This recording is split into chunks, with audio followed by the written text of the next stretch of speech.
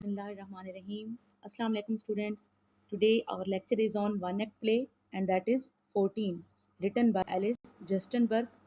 Students, if you look at the title 14, that is just a number and writer has taken it as the title of the play. Students, actually that number 14 refers to the guests that are going to arrive in Mrs. Pringle's party. Mrs. Pringle is the character in the play. So she is expecting that 14 guests must be in her party.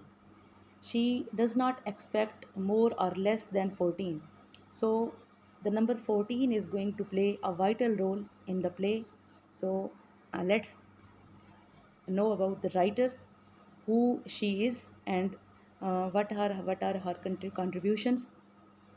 Alice Justenberg was born in 1885 and she died in 1972.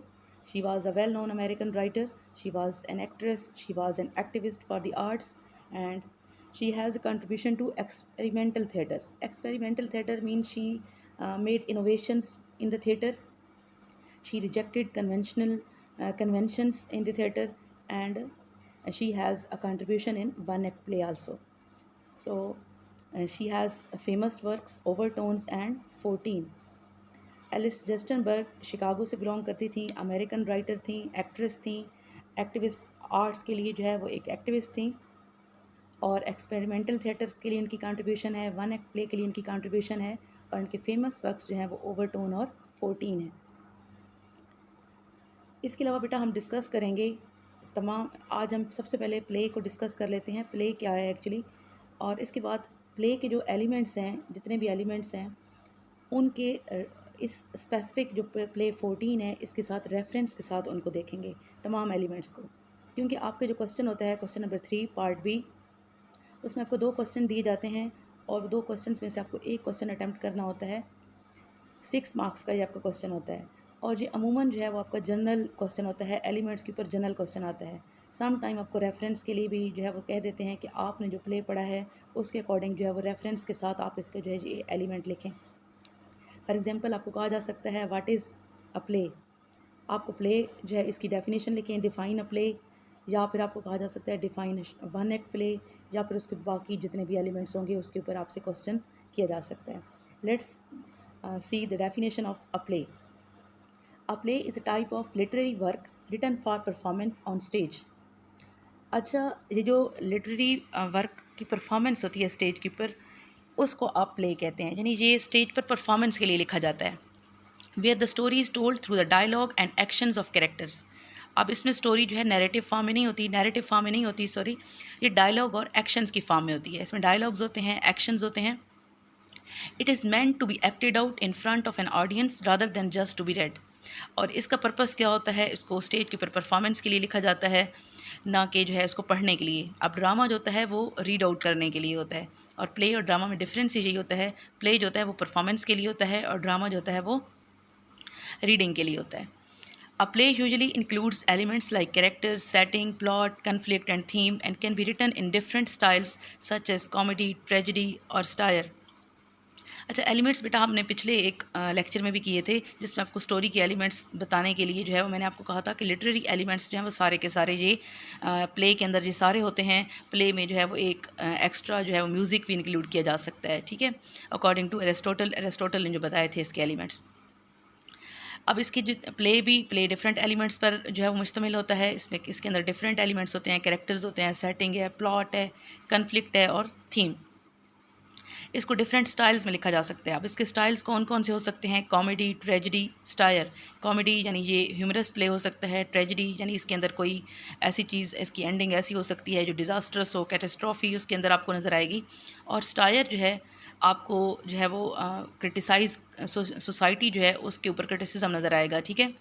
Writer जो है वो आपको social norms को या कोई भी जो है जो सोसाइटी की वीकनेसेस हैं उनको जो है वो क्रिटिसाइज़ करता हुआ नज़र आएगा। So the purpose of a play is to entertain, convey a message और explore human emotions and relationships through performance. अब इसका पर्पस क्या होता है प्ले का, एंटरटेनमेंट भी हो सकता है, आपको कोई से मैसेज दिया जा सकता है। इसके अलावा ह्यूमन जो रिलेशनशिप्स है, ह्यूमन इमोशंस हैं, उनको भी जो है वो यहाँ पे शो किया जाता है परफॉर्मेंस के थ्रू, एक्टिंग के थ्रू, ठीक है। नेक्स्ट बेटा देखिए one act play. One act play की डेफिनेशन अगर आप देखेंगे, one act play is a short dramatic work that presents a complete story with in a single act. आपको एक मुकम्मल स्टोरी जो है वो बताई जाएगी जिसके अंदर सिर्फ एक ही एक्ट होगा, यानी एक्शन आपको उसके अंदर एक ही नज़र आएगा, उसका जो प्लॉट होगा वो एक ही होगा, without any division into multiple scenes और एक्ट्स। उसके अंदर कोई जो है वो आपको इसके मल्टीपल सीन्स नज़र नहीं आएंगे, एक्ट्स नज़र नहीं आएंगे। It focuses on one main incident. इसका जो फोकस होगा वो एक ही इंसिडेंट के ऊपर होगा, एक ही वाक़े के ऊपर होगा। Limited characters and is usually perform without an interval. इसके अंदर आपको लिमिटेड कैरेक्टर्स नज़र आएंगे और कोई आपको इसके अंदर जो है वो गैप कोई जो है वो नज़र नहीं आएगा, कोई वक्फ़ा नज़र नहीं आएगा, कोई पॉज नहीं होगा, बल्कि जो है एक स्मूथ तरीके से जो है वो आपको ये पूरा एक्शन जो है हो जाएगा। The action typically unfolds in one setting and covers a brief span of time. Setting भी इसकी सिंगल होती है, टाइम पीरियड शॉर्ट होता है, often reflecting a single theme और कन्फ्लिक्ट। फिर आपको इसके अंदर थीम भी सिंगल नज़र आएगा, कन्फ्लिक्ट जो भी होगा वो भी सिंगल ही होगा। One act plays aim to deliver a powerful message और evoke emotions within a concise structure. Structure इसका शॉर्ट सा होता है लेकिन इसके अंदर एक पावरफुल मैसेज दिया जाता है।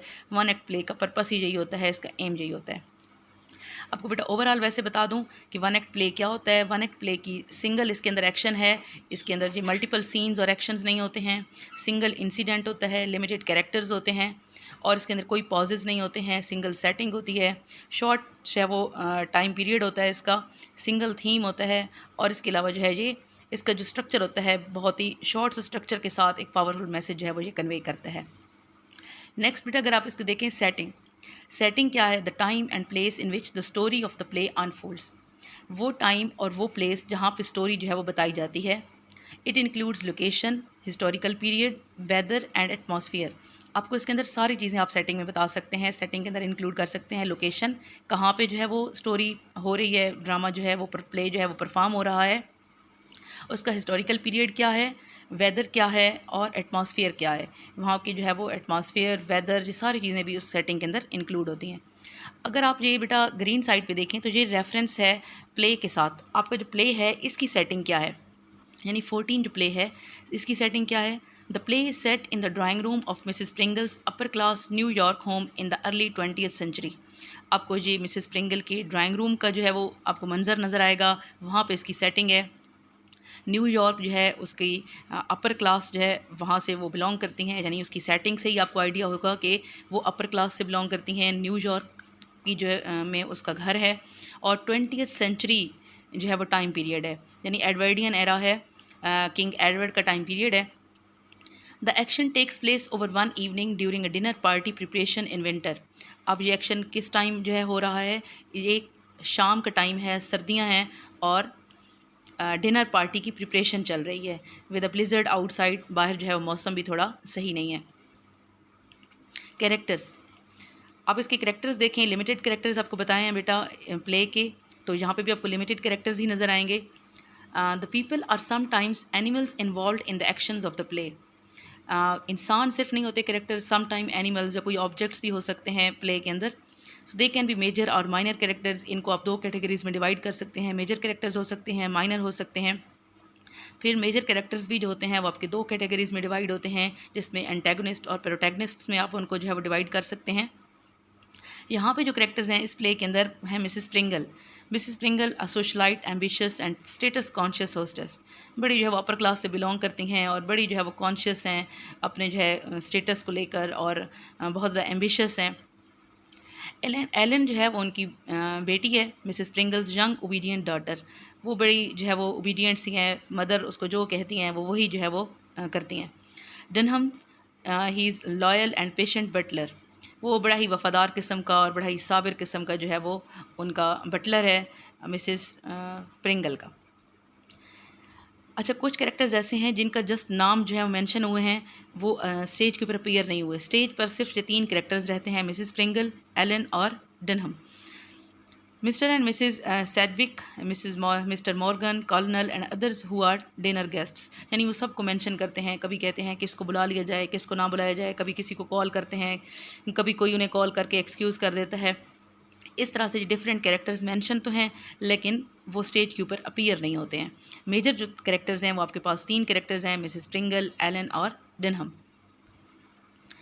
प्लॉट अगर देखें इसका बेटा, the sequence of events in the play usually involving conflict and resolution. Sequence of events को आप प्लॉट कहते हैं जिसके अंदर कन्फ्लिक्ट और रेजोल्यूशन आपको नज़र आता है, यानी वो कन्फ्लिक्ट जो होता है वो रिजॉल्व होता है उसके अंदर, प्लॉट के अंदर स्टार्ट होता है, मिडल होता है, एंड होता है उसका। यहाँ पे जो है वो क्या प्लॉट है इस स्टोरी का। Mrs Pringle has arrange a dinner party for 14 guests.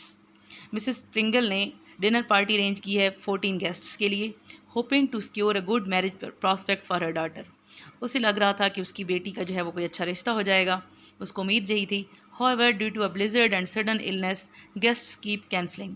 कभी जो है वो मौसम की ख़राबी की वजह से, कभी जो है वो किसी बीमारी की वजह से गेस्ट्स जो हैं वो कभी कौन कॉल करके कैंसिल कर देता है आना, कभी कौन क्या कह देता है। और इस तरह से जो है वो नंबर जो होते हैं वो कभी 13 हो जाते हैं, कभी 12 हो जाते हैं, ठीक है। इस तरह से नंबर जो है वो कम ज़्यादा होते रहते हैं।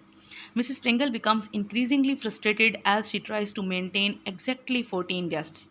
और वो बहुत ज़्यादा फ्रस्ट्रेट होती हैं, बहुत ज़्यादा परेशान होती हैं, गुस्सा करती हैं। उनको लगता है, वो कोशिश करती हैं कि 14 नंबर जो है वो एग्जैक्टली होने चाहिए, और जब वो नहीं होते तो वो परेशान हो जाती हैं, डिस्टर्ब हो जाती हैं।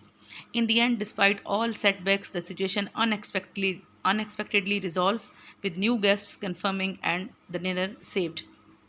एट द एंड क्या होता है, ये तमाम जो है वो सेटबैक्स उसको मिलते रहते हैं, परेशानियाँ मिलती रहती हैं, लेकिन उसके साथ एट द एंड क्या होता है कि मसला जो होता है वो हल हो जाता है, क्योंकि कोई नए गेस्ट आ जाते हैं और उसकी डिनर पार्टी जो होती है वो सेव हो जाती है, यानी वो 14 नंबर के साथ ही एग्जैक्टली उसको अरेंज कर लेती है बेटा, क्योंकि मसला जो है वो हल हो जाता है उसका, एट द एंड जो है वो रिजॉल्व हो जाता है। इसलिए ये कॉमेडी है, ठीक है, कॉमेडी ऑफ मैनर्स भी आप इसको कह सकते हैं। ओके बेटा, that was all about today's lecture. हम नेक्स्ट जो है इसके एलिमेंट्स इंशाल्लाह नेक्स्ट लेक्चर में डिस्कस करेंगे। अल्लाह हाफिज़।